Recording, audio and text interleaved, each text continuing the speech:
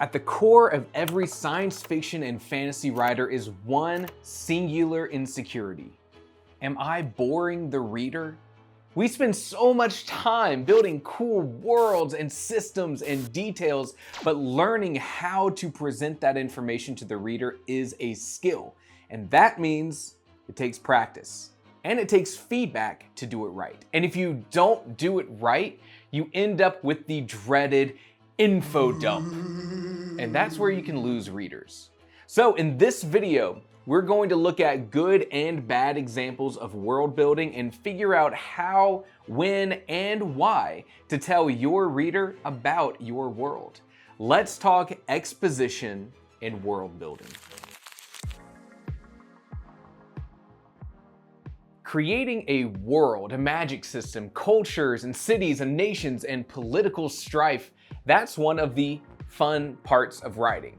It's also one of the easiest. Now, taking that context and information and detail and presenting it to a reader in a way that is comprehensible and engaging and rewarding, that's hard. Easy, hard. Easy, hard. This is easy, this is hard. Get it? Okay, so this video isn't about the easy part. It's about the hard part. By the way, come hang out in our Discord. We have over 500 writers just as passionate about story as you are, and we share resources, give feedback, especially on our world building. And we're just about to start a huge November writing challenge called Novella November. Come write with us. Let's talk about exposition. How do you feel when I say this word? Info dump. Chills. Oh my God. We've all experienced an info dump, a part of the story where you stop and say, wait a minute, why did I just read 1,000 words of how and why this spaceship is able to achieve near light speed travel? Oh, it's like shaking yourself out of a daze. And this is one of the worst nightmares for a sci-fi or fantasy writer, and here's why. You've planned so much for your story, right? And you just want the reader to be as excited and interested in your world as you are. And in your head, the only way that that happens is for them to understand the world the same way that you do. And that leads to an info dump. What does that look like?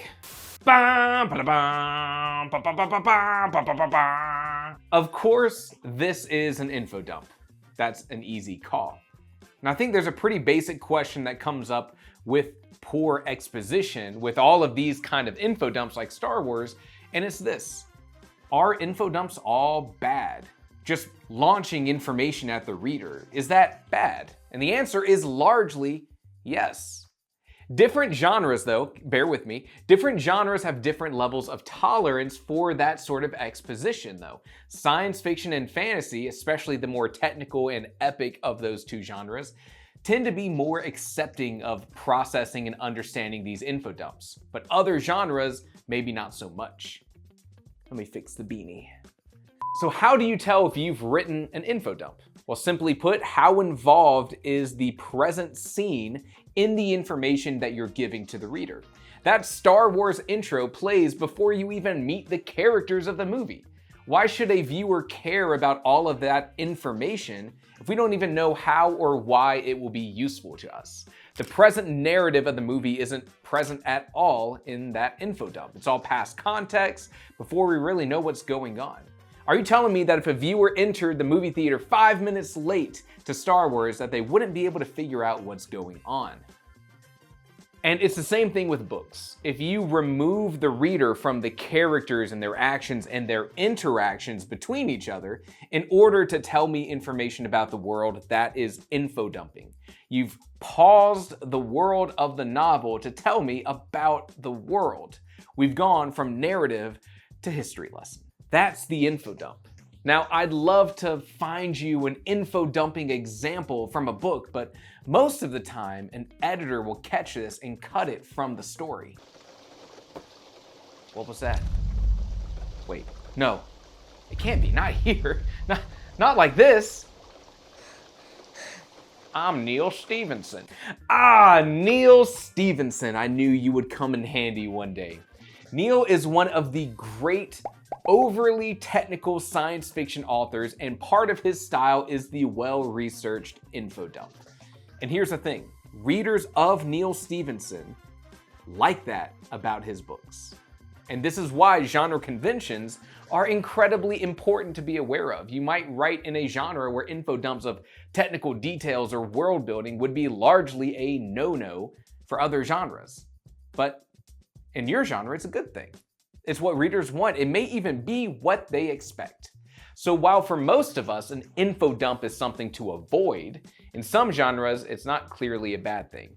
But for the rest of us, let's learn about how we can effectively provide exposition for our books when readers don't want an info dump. So you have your research, your planned and well-designed world, and no matter the genre, right? You just want to tell a story that explores that world. Part of successfully writing that story is immersing your reader in the world so they understand what's going on around them. How do we do that? First and foremost, this is the biggest tip that I can give you. Write your exposition in dialogue. Now, hold on, before you type in the comments about how that feels impossible. How could you possibly convey the geopolitical landscape of your fantasy novel in dialogue naturally? Let me go ahead and give you tip number 2 as well. Provide exposition when it's needed by the reader. Okay, with just these 2 tips, you will never have an info dump.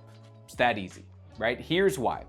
First, presenting exposition through dialogue makes it very clear if you are writing an info dump. Having one character just explain everything through dialogue doesn't feel like a good reading experience and is very noticeable on the page. And yes, that even goes for putting your character in a classroom type setting and having a teacher explain the world to them.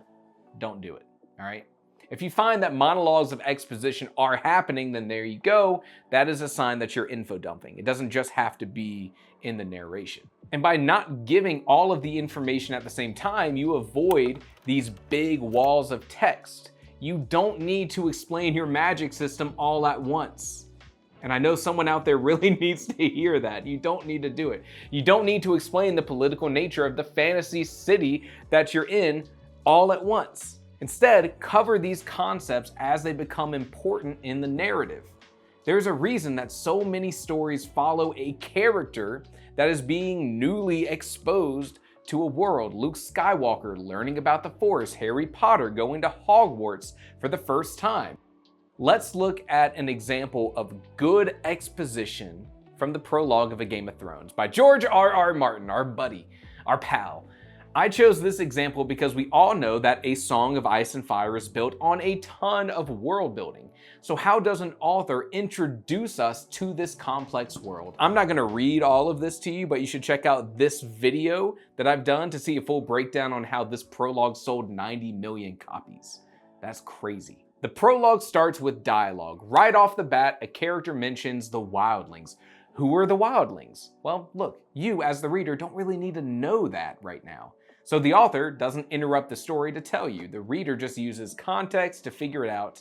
And then we get to this part. Jared had spent 40 years in the Night's Watch. If you've read the book, the Night's Watch is an important concept. It's cool and interesting and engaging. And we'll learn about the Night's Watch later in this book. But George R.R. Martin trusts that the readers will trust that he will explain it all later. That's what you want.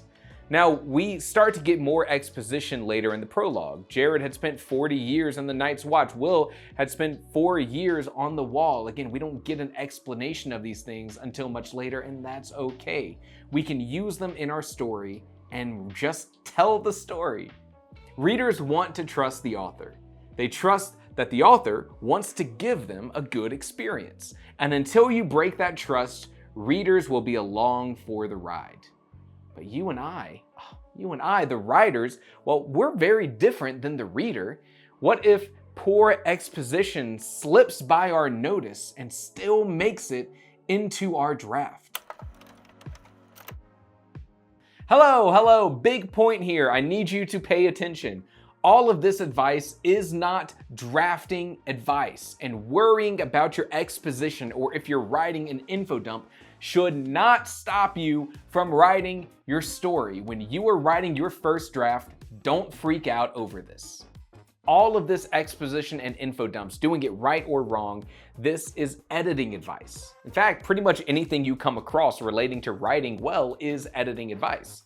Now, of course, adopting these concepts into writing better drafts will help you avoid a difficult editing process, but it should never stop you from telling your story. Just write. Stop thinking, start writing.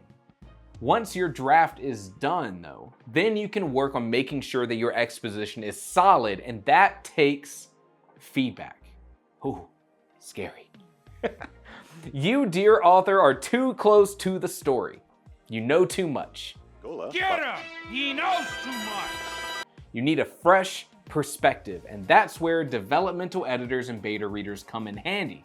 If you are planning on publishing your story and you want to create the best book that you can, feedback, no matter how you get it, is a critical process. And it's the best way to know if your exposition is failing the reader. Getting feedback about info dumping or poor pacing or confusing concepts is critical. And it's mostly critical because these are areas of your story that you will be blind to.